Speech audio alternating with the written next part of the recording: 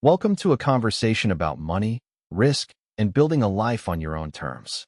In this episode of The Diary of a CEO, Stephen Bartlett sits down with the value investor Mohnish Pabrai, founder of Pabrai Funds and author of the Dhandho Investor. Pabrai has spent decades distilling wealth building down to a handful of mental models. And in this conversation, he lays out a surprisingly low-risk playbook: how to copy what already works, how to quit your job in 9 months without gambling your future, and how the quiet magic of compounding turns small sums into fortunes. What follows are the ideas, the numbers, and the stories, organized so you can follow the argument from start to finish. The power of cloning.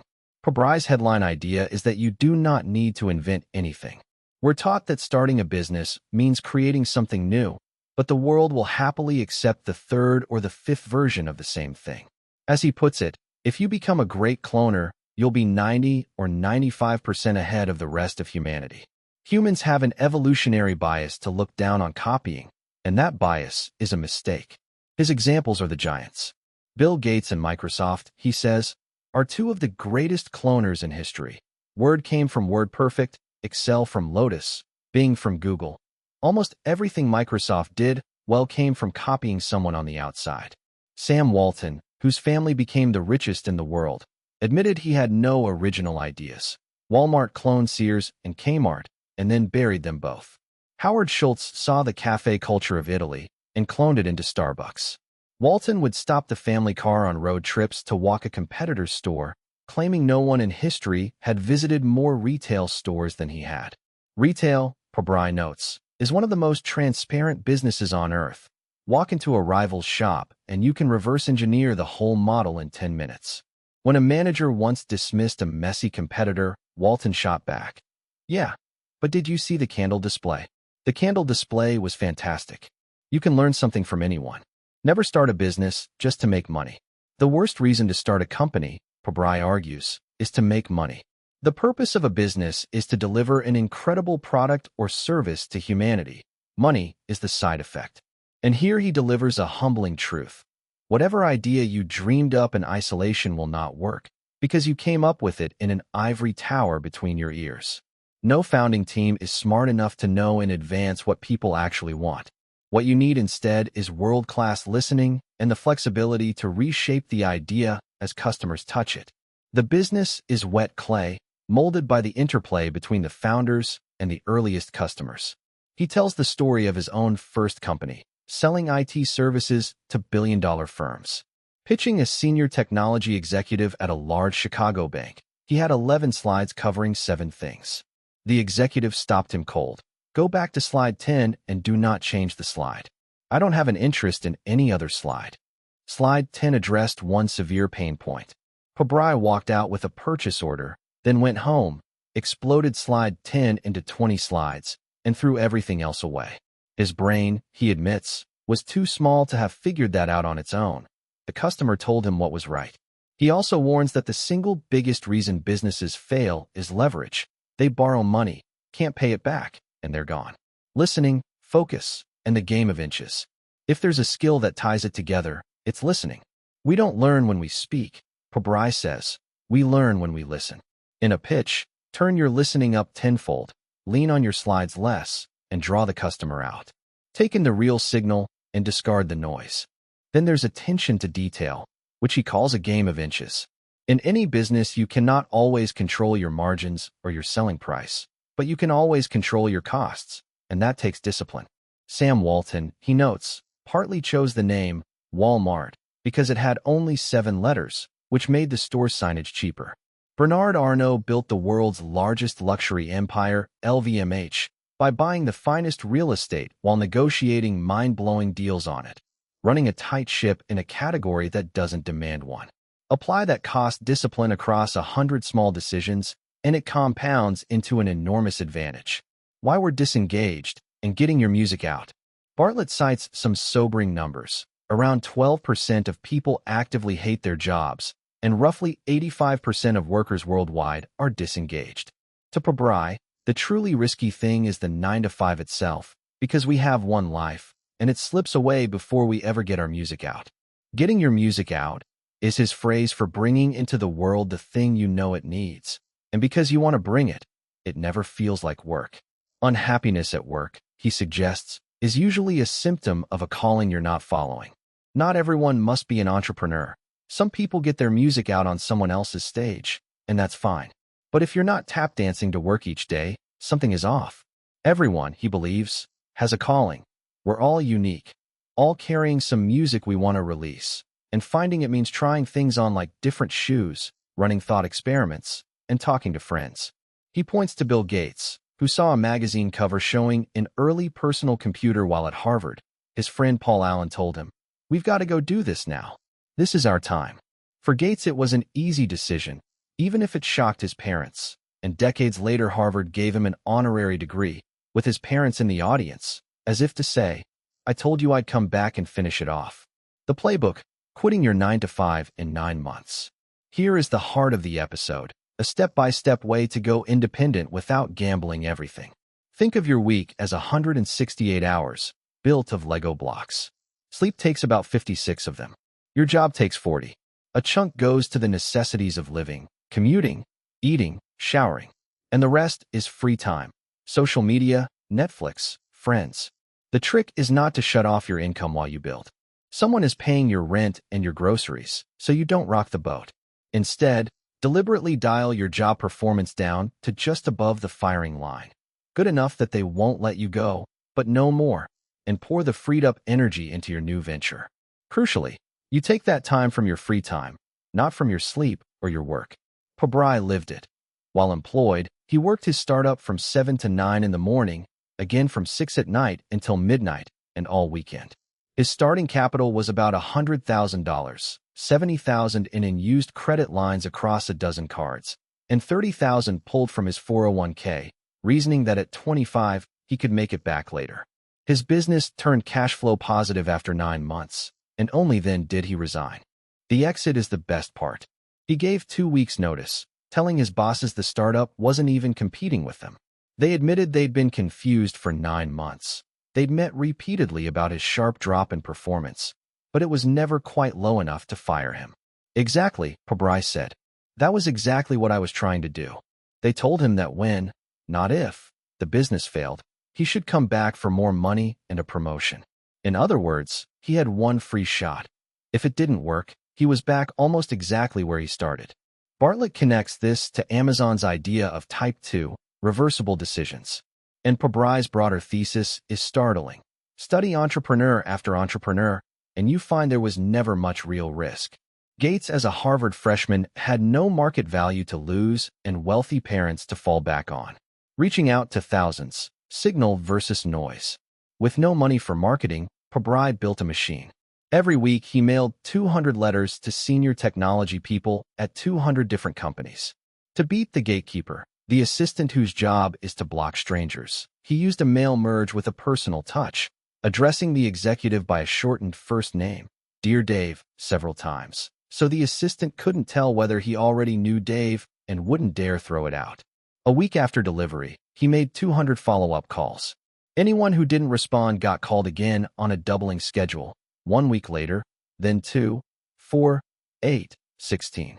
Nobody left the funnel until they told him to stop. Each week, he added another 200 letters and calls, so the volume snowballed.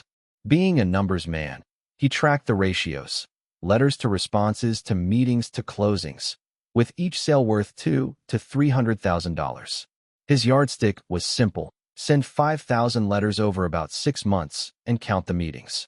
All he needed to confirm was that the ratio wasn't zero, and he knew that within a couple of months. Years later, he handed the same method to his daughter. Graduating from Berkeley with a non-business degree, she wanted a hedge fund job she had no obvious claim to. He had her build a spreadsheet of every hedge fund in New York and Los Angeles, about 1,200 of them, and send 1,200 physical letters, each asking for the job and including 2 pages pitching a promising stock. One landed on the desk of an 85-year-old retired man in New York whose defunct fund shouldn't even have been on the list. He referred her to a friend in Los Angeles who needed an analyst, and she got the job, at a higher salary than Berkeley business graduates with far better grades. Bartlett frames the lesson as 2 axes: the signal of your channel, whether it gets past the gatekeeper, and the emotional impact of your message. Win on both, with a high signal channel and a message that lands emotionally, and you break through. Most people fail because they blast low signal, low impact messages, hear nothing, and give up. Givers, takers, and matchers. Pabrai leans on Adam Grant's book Give and Take. Every human being, he says, is a giver, a taker, or a matcher, with no fourth category. Matchers keep score. Do me a favor, and I'll do one back, one for one. Takers try to extract from everyone and give nothing, and they go nowhere. If you have takers in your life, get rid of them. Givers aren't focused on what comes back. They simply want to help you and help the world.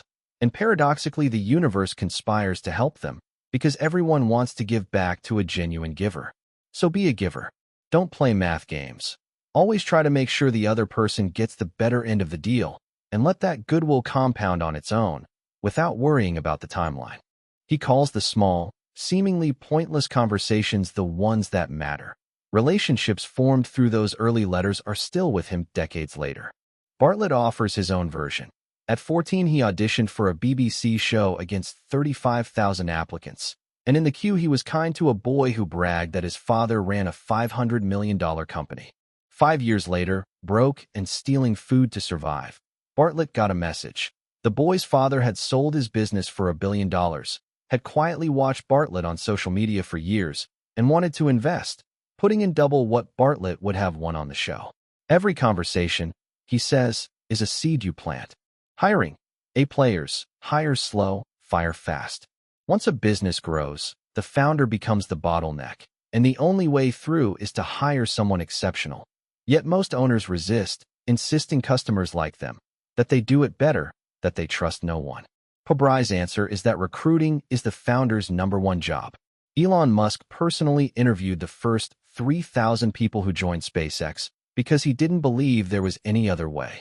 Steve Jobs warned that A players want to work with A players. The moment you let in a B player, they hire B and C players, and your decline has already begun.